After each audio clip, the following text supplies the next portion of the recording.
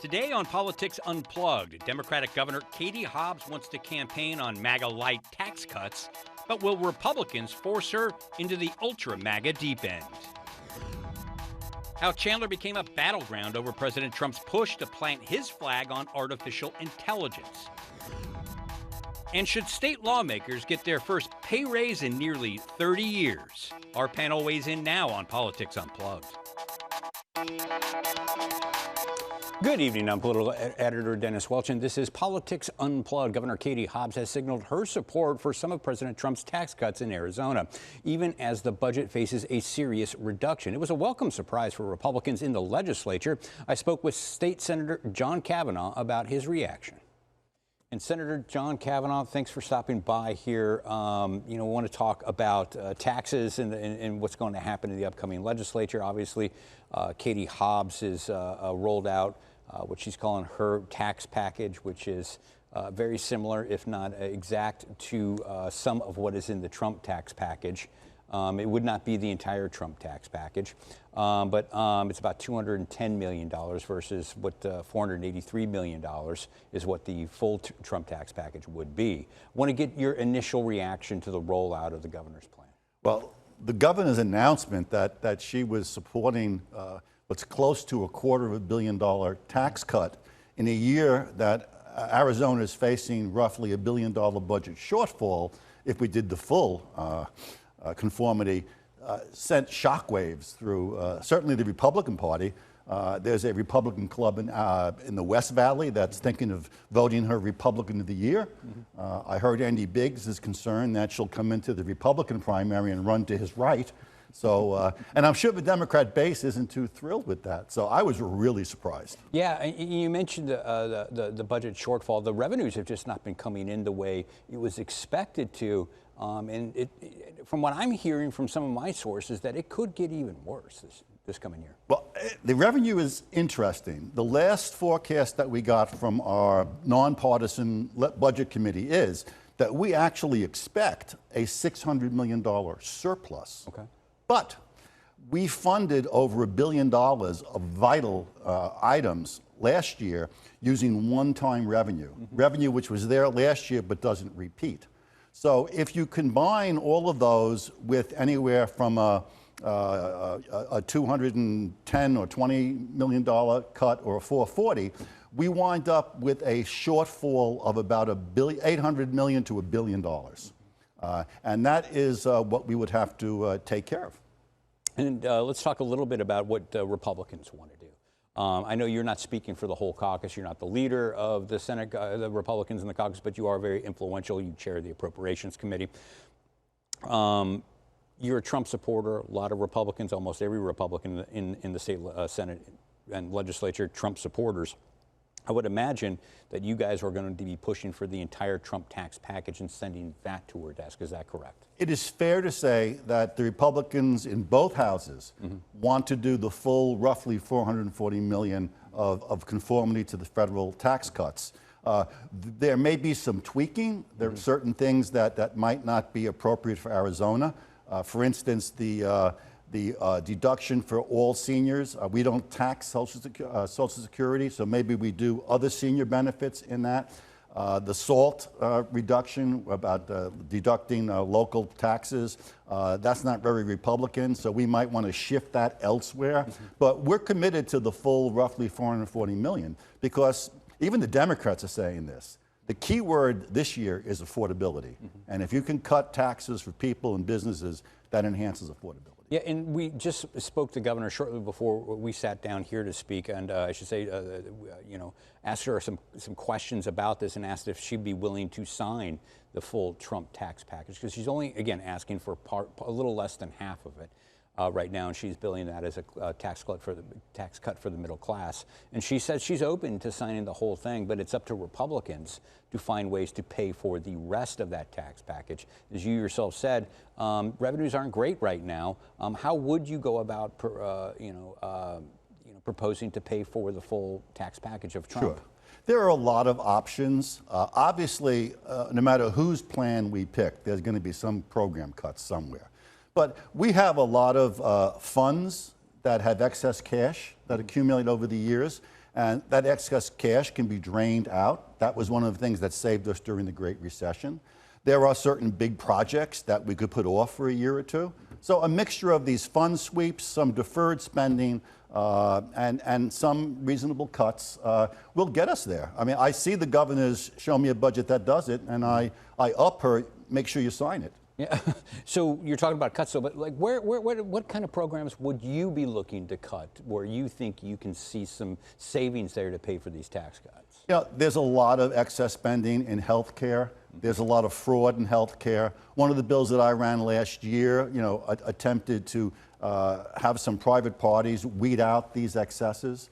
But you really have to sit down, and sit down with our experts and just go line by line. I don't expect any major cuts to education. That's kind of a sacred cow. I would certainly not want to touch any of the water money that we're using to look for new sources of water. But the cuts wouldn't be that big, considering we're also doing other things. And maybe the revenues might go up. Arizona's economy is doing pretty well, so I wouldn't be surprised if we get some more. And then there's the wild card. There's talk about the federal government reimbursing states for the illegal immigration money they spent over the years. This means Arizona could get $750 million. If we got that, we'd be in pretty good shape. Now, you talk about cuts to education. Now, one of the things the governor has campaigned on when she first ran for office here, and has continued to hammer on while she's in office, is trying to cut the ESA, the school voucher program. I would imagine she will continue to do that again this year, but this is an issue that, again, it's just DOA, isn't it? Well, yeah, absolutely, because we are not going to cut any education. The vouchers are education. It's school choice. So education cuts, as far as I'm concerned, are off the table, and I don't want to see that happen. And not even putting guardrails on this. You've seen the reports. There, it's been a lot of questionable spending out there when it comes to the school voucher money. Parents taking it and spending it on all sorts of things that don't exactly look like they're using to teach their kids with. There is a mistake about that. All of those misspendings are eventually caught and the money is taken back. The problem is that all of the requests tend to come, not all, but a large number come in the beginning of the school year and the end of the school year. So you can't have all those extra people reviewing these expense accounts. So what they do is, if it's $2,000 or less, they pay it out, but when the workload goes down, they start to look at those, and then they get the money back if it's fraud. They're all being checked. They're all being caught. So that's just a red herring. And if the governor and Democrats want to start requiring pre-approval of bills, well, let's go into health care and see how they like that. Okay. And I do want to end on this with speaking of taxes. We were talking a little bit before we started talking here.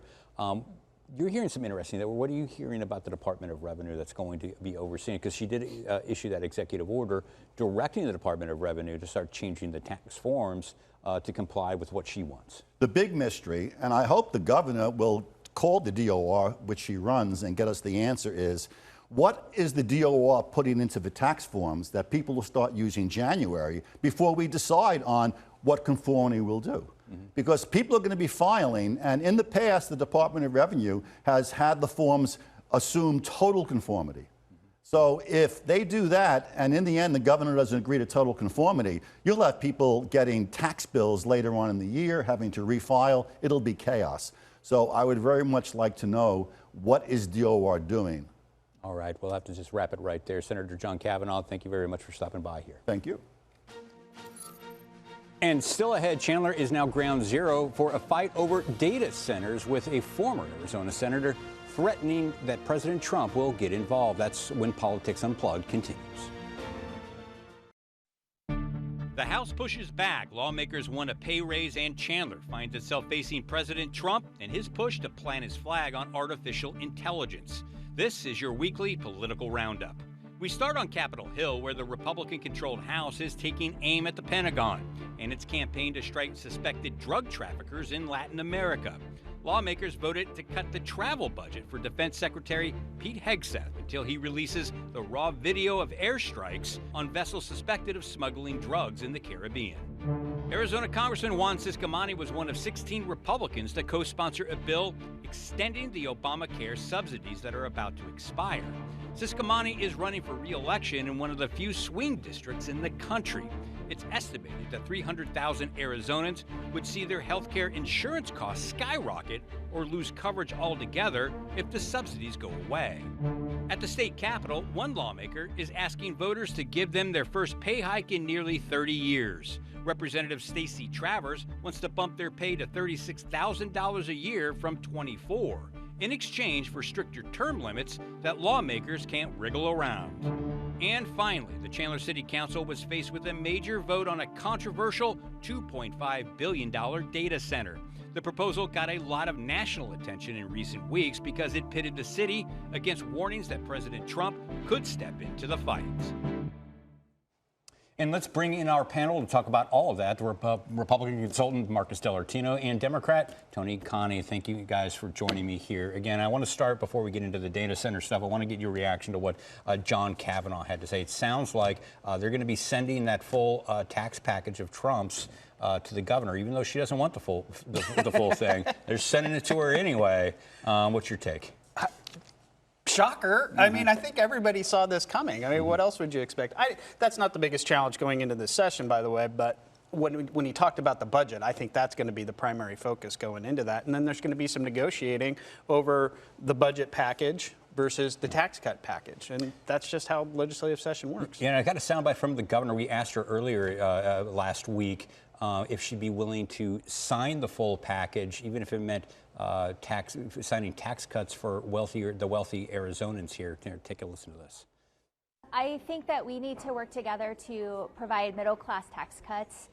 Anything that covers corporations or the wealthy, we need to figure out how to pay for that in the budget. So I'm open to having budget negotiations involving that. So there you go, Tony. Democratic governor says she's open to signing tax cuts for the wealthy as long as Republicans can figure out a way to pay for them. And you've been down to the legislature long enough. You know Republicans will find a way to pay for it. Well, and you heard Kavanaugh, if you want to translate, if people didn't know, he basically referenced cutting Medicaid twice during that reference, or during that interview. So, I think that's going to be the battle here. It seems like there's a lot of negotiating going on about where we're going to be. The governor is being responsive to the needs of people when it comes to affordability. But when it comes to this budget fight, we might want to cut the ESAs, where it's limited to people who only make, under $150,000 a year. Some 70% of the public. That's not going to happen. Right, and so 70% of the public is in favor of that. Let's see if there's a ballot initiative or something to do that. But on the other hand, they're going to want to cut Medicaid, and this is going to be that fight. So you might be down there for a long time. I don't know how long session's going to be this year. Tony, I've been down there a long time every time. We haven't done 100 days and how long? But what I didn't hear Kavanaugh say cut Medicaid. What I heard him say is find waste, fraud, and abuse, which is a standard Republican line we've been doing for 10 years. It should be a focus. We should be finding waste, fraud, and abuse. Well, there's a political element to all of this. I mean, the governor, if she were to sign the full or most of the Trump tax package, and it included tax cuts for wealthier Arizonans, how's that going to go over with her base Democrat voters in this re-election year? I mean, I think that there is a lot of frustration with the flat tax that went through and the budget ramification that came from it with Ducey.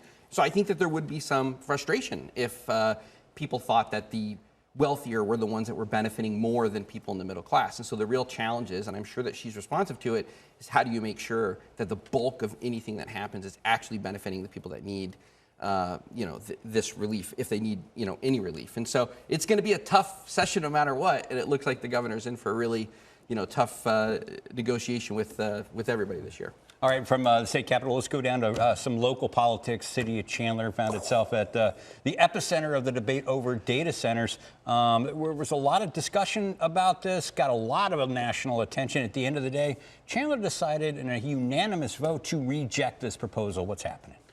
This is a moment where, the the right meets the left in the political circle. It's not a flat line. The Republicans aren't on Like the a right, and the horseshoe, Democrat. right? And Republicans and Democrats are starting to meet up around this data center issue, which I contend is separate from AI.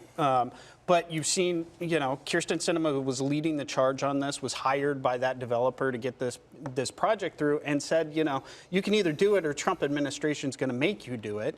I don't think that's necessarily accurate. He did say something about AI. He may make that choice. We'll see. But what you need to understand is people are tired of this in their neighborhoods. And it's Republicans and Democrats coming together. We're going to see some bills at the legislature. And this was kind of the debut for Kyrsten Sinema, former U.S. Senator Kyrsten Sinema, lobbying front-facing on this issue.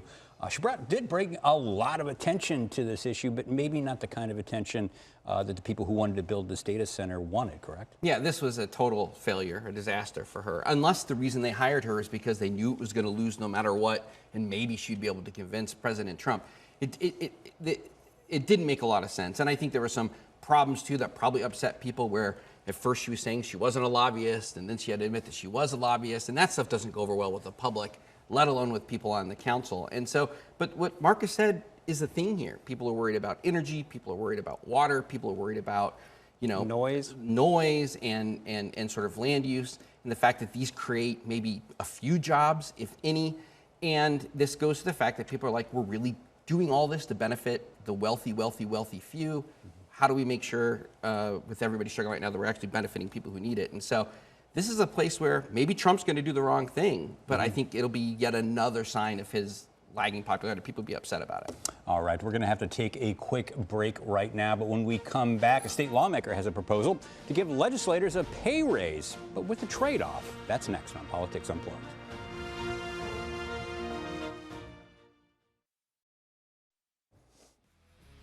And to get more in-depth on the issues, check out the Politics Unplugged podcast. This week, I'm joined by State Legislator Stacey Travers. The Politics Unplugged podcast drops every Sunday evening wherever you get your podcasts. And let's bring the panel back in now. Thanks for sticking around, guys. Let's talk a little bit about this idea Stacey Travers has for a pay raise for lawmakers. They haven't had a real one in 30 years. But they have figured out ways, some lawmakers have figured out ways to kind of game the system and make more money using the per diems and some other things that at their disposal. Marcus, let's get your reaction to this idea. Well, most people at home need to understand right now that these legislators are paid on a bifurcated system. If you are a legislator representing Maricopa County, yes, you make your $24,000 a year, and you do get a minimal per diem payment, meaning you get to go back to your house at night and, you making a little bit of an additional money. Out of Maricopa County, these legislators get their base pay, 24, but also get a per diem that is a different system than the Maricopa. And it's very generous, and some of these legislators are now making close to $100,000 a year. I think Travers' proposal is smart, but I would say that while we have this bifurcated system, we need to get it somewhere closer where every legislator is making the same amount of money. And what about this idea, voters time and time again, it's been on the ballot to raise lawmaker pay, and voters are like, nah, we're not happy with the job you're doing. So over and over again, they've rejected that. But do you think they'd go for it if they were with this trade-off? Because as it is now, lawmakers, just like John Kavanaugh was on the previous segment of the show, has figured out a way to get around those term limits by, going back and forth from the House and the Senate. Do you think voters, if this got to the ballot, would buy that? I think it's possible. The challenge is it's a kind of a complicated thing to explain to people that, then if they switch from the House to the Senate, the term limits don't apply. And so it's possible. I don't totally understand how this, like the single issue rules when it comes to this seems like two separate issues. Just two initiatives at once. I don't know. Referrals at once. I'm sure someone watching will actually know the answer, but not me.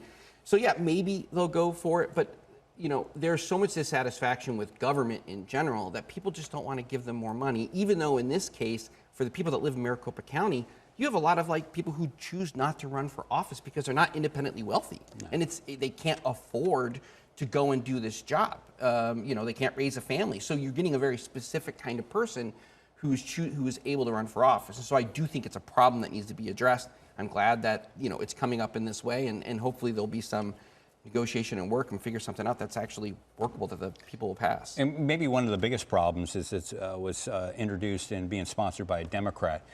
Is this the kind of bill that could get some bipartisan support so it could get a hearing and maybe get out and get onto the ballot? You know what, the more likely scenario is a Republican writes a bill that's very close to it, and that bill seems to move through the chamber. But ultimately, at the end of the day, I have a hard time seeing a path to victory on this one.